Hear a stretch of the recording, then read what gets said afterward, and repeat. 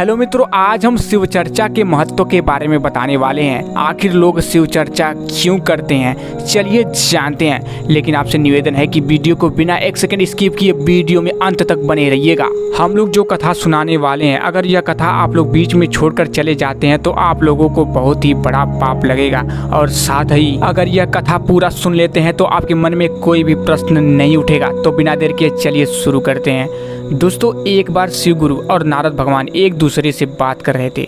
तभी नारद जी बोले कि शिव जी, धरती लोक पर शिव चर्चा इतनी क्यों होती है? सभी लोग आपकी शिव चर्चा इतना क्यों करते हैं? तब शिव गुरु बोले, देखिए नारद मुनि, ये सवाल का जवाब आपको धरती लोक में ही मिलेगा। आप धरती लोक में जाकर पूछिए। नारद जी को शिव गुरु बोले, आप इंसान का रूप लेके जाएं और वहाँ जिस प्राणी का बच्चा आपको दिखेगा आप उसी से पूछिएगा। नारद जी बोले, ठीक है। नारद जी धरती लोक में मानव रूप धारण करके उतरे और सबसे पहले उन्होंने एक कौवे के बच्चे को जन्म होते हुए देखा।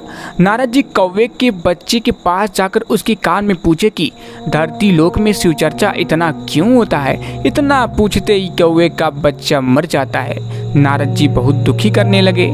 तब वे शिव गुरु के पास वापस गए और बोले कि शिव जी, जैसा आप बोले थे हम वैसा ही किए, लेकिन कौवे का बच्चा मर गया, अब हम किससे पूछें? तो शिव गुरु बोले कि नारद जी, आपको इस सवाल का जवाब धरती लोक में ही मिलेगा। आप धरती लोक में ही जाकर पूछिए। नारद जी फिर धरती लोक में मनुष्य रूप में गए। इस बार उनको कुत्ते का बच्चा पैदा होते हुए दिखाई दिया। जब वह कुत्ते के बच्चे के कान में पूछे कि शिव चर्चा इतना क्यों होता है, शिव गुरु धरती लोक में इतना प्रसिद्ध क्यों है, तभी कुत्ता का बच्चा भी मर जाता है। यह देखकर नारद जी बहुत निराश हो जाते हैं। वे शिव गुरु के पास दोबारा जाते हैं और उनसे पूछते हैं कि शिव जी, आप जो बोले थे हम वैसा ही किए, लेकिन इस बार फिर कुत्ते का बच्चा भी मर गया, अब हम क्या करें? शिव गुरु बोले कि इस सवाल का जवाब आप धरती लोक में ही ढूंढिए, वहीं आपको जवाब मिलेगा। तब नारद जी फिर एक बार बड़ी आशा के साथ धरती लोक में प्रवेश किए। इस बार उनको एक गाय का बच्चा होते हुए दिखाई दिया। जब वह गाय के बच्चे के पास जाकर पूछे कि शिव चर्चा इतना क्यों होता है धरती लोक में, तो वह गाय का बच्चा भी वहीं मर जाता है। नारद जी बहुत निराश हो गए और बहुत मन मन में विचार करने लगे कि हम जिससे भी पूछे कि शिव चर्चा इतना क्यों होता है, शिव गुरु का पूजा इतना क्यों होता है धरती लोक में, तो वह वहीं मर जाता है। अब हम इस सवाल का जवाब शिव जी से ही पूछेंगे। नारद जी बोले कि शिव गुरु, अब इस सवाल का जवाब आपको ही देना पड़ेगा। नारद जी बोले कि हम जिससे भी पूछे हैं सब मर गया है, अब इस सवाल का जवाब आपको ही देना पड़ेगा। शिव गुरु बोले, नारद जी, इस बार आपको निराश नहीं होना पड़ेगा। आप जाकर दोबारा धरती लोक में ही पूछिए, वहीं आपको जवाब मिलेगा। इस बार आप निराश नहीं लौटेंगे। नारद जी बहुत आशा और विश्वास के साथ दोबारा धरती लोक में कदम लिए।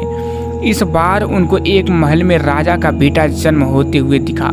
राजा का बेटा बहुत सालों के बाद जन्म हुआ था। कम से कम 5-10 साल के बाद उनका एक बेटा हुआ था। इसलिए राजमहल में बहुत भीड़ और बहुत धूमधाम हलचल भी थी। सभी लोग राजा के बेटा को देखने के लिए इच्छुक थे। राजा के दरवाजे पर सैनिक पहरा दे रहे थे। तब नारद जी एक ऋषि मुनि का रूप धारण करके राजमहल के पास पहुँचे और दरवाजे पर आए। नारद जी जो ऋषि मुनि का रूप धारण करके आए थे वह सैनिक से पूछे, सैनिक जी, राजा के महल में इतनी भीड़, इतनी हलचल क्यों है? सैनिक बोले कि आपको नहीं पता कि राजा का बेटा बहुत सालों के बाद हुआ है, इसलिए इतनी भीड़ है।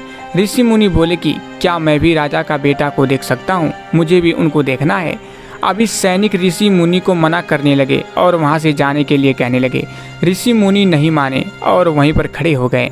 सैनिक विवश होकर राजा जी को बुलाया और बोले, राजा जी, आपके दरबार में एक ऋषि मुनि आए हुए हैं और वे बच्चे को देखने के लिए बहुत जिद कर रहे हैं।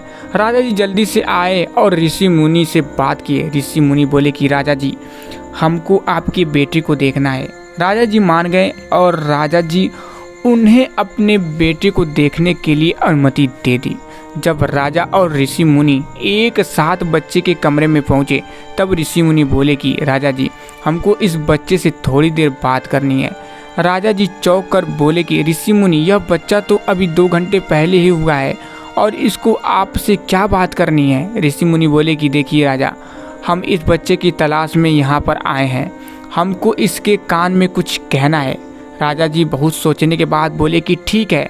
ऋषि मुनि, आप इस बच्चे से अकेले में बात कर सकते हैं। अभी राजा जी अपने सभी सैनिकों और सभी लोगों के साथ कमरे से बाहर निकल गए और कमरे का दरवाजा बंद कर दिया। नारायण जी अपने असली रूप में आकर बच्चे के पास जाकर बच्चे के कान में बोले कि धरती लोक में शिव चर्चा इतना क्यों होता है, शिव जी की पूजा इतनी ज़्यादा क्यों होती है।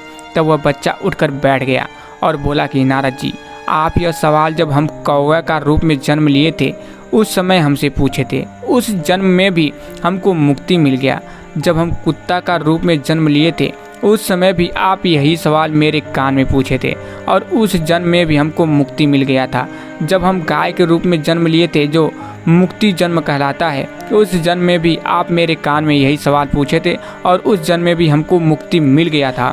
3 जन्म में मुक्ति मिलने के बाद हमको इंसान का रूप में जन्म हुआ है, क्योंकि आप जन्म के साथ मेरा कान में शिव गुरु का नाम लिए थे, इसलिए तीनों जन्म में बहुत आसानी से मुक्ति मिल गया, इसलिए चर्चा इतना होता है। यह सुनकर नारद जी का रोंगटा खड़ा हो गया और नारद जी चौंक गए। तो प्रेम से बोलिए हर हर महादेव, जय शिव गुरु। दोस्तों, अगर आप लोग यह वीडियो यहाँ तक देख रहे हैं तो कमेंट बॉक्स में अपने ज़िले का नाम ज़रूर लिख दीजिएगा, जिससे हमें पता चल सकेगा कि आप लोग कहाँ से वीडियो देख रहे हैं। मित्रों, अगर आप लोग को वीडियो थोड़ा सा भी पसंद आया हो तो वीडियो को दिल से एक लाइक और चैनल को सब्सक्राइब करना मत भूलिएगा। तो फिर मिलेंगे